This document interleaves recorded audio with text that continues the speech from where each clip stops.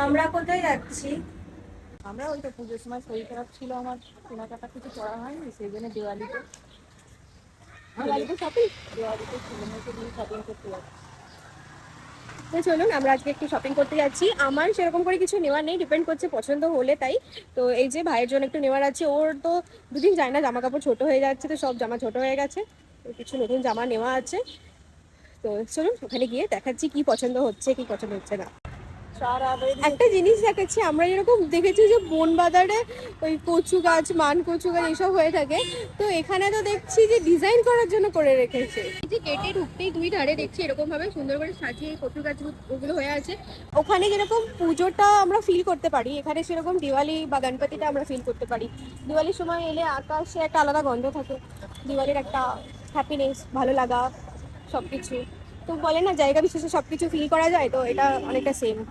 ভেতরে তো এখানে চলে এসেছি, আর ভেতরটা এসে এত ভালো লাগছে চারিদিকে এই লাইটস অ্যান্ড এই শপগুলো দেখে, তো মনটা না খুব খুব হ্যাপি হয়ে যাচ্ছে। আর এখানে এই যে কি এটা আমি ঠিক জানি না নামটা, তোমাদের যদি কারো জানা থাকে তো জানিও। তো বেশ কিন্তু কিউট লাগছিল।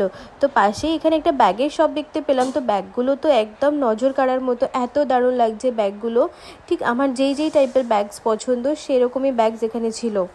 আর আমার মায়ের চয়েসটা সবসময় তো একটু ইউনিক হয়, তো দেখুন এই গ্রিন কালারের ব্যাগটা কতটা ইউনিক, তো মায়ের এটা খুব পছন্দ হয়েছে। আমার তো এই পেস্তা কালারটা ভালো লাগছিল, বা ওই হোয়াইট কালারটাও খুবই ভালো লাগছিল, কিন্তু আমি একটু ডার্ক কালারের মধ্যে নিতে চাই, কারণ প্রচণ্ড না মানে ধুলোর মধ্যে নোংরা হয়ে যায়।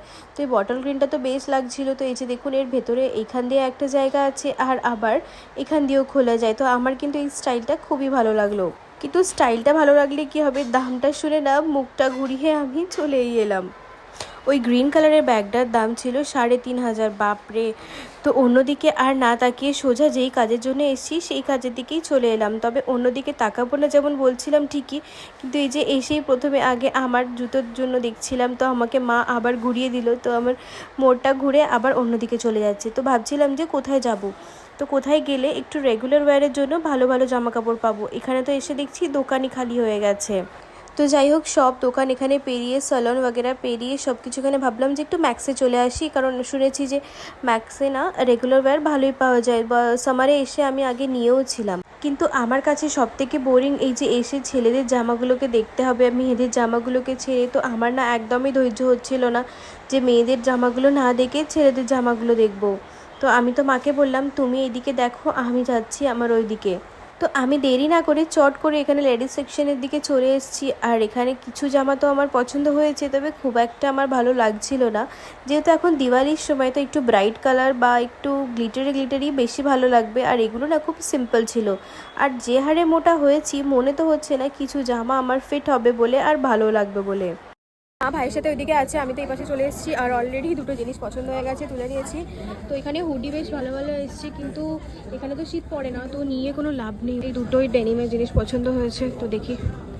হোয়াইট কালার আমার আজকাল খুব ভালো লাগছে, তো এই হোয়াইট কালারের ওয়ান পিসটা কিন্তু দারুণ লাগছে।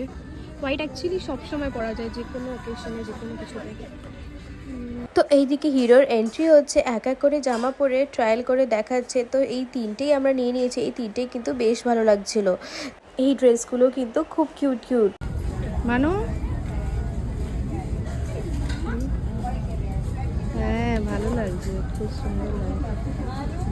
আর এই জামাটা কি করবো? হ্যাঁ, এই জামাটাই করবো।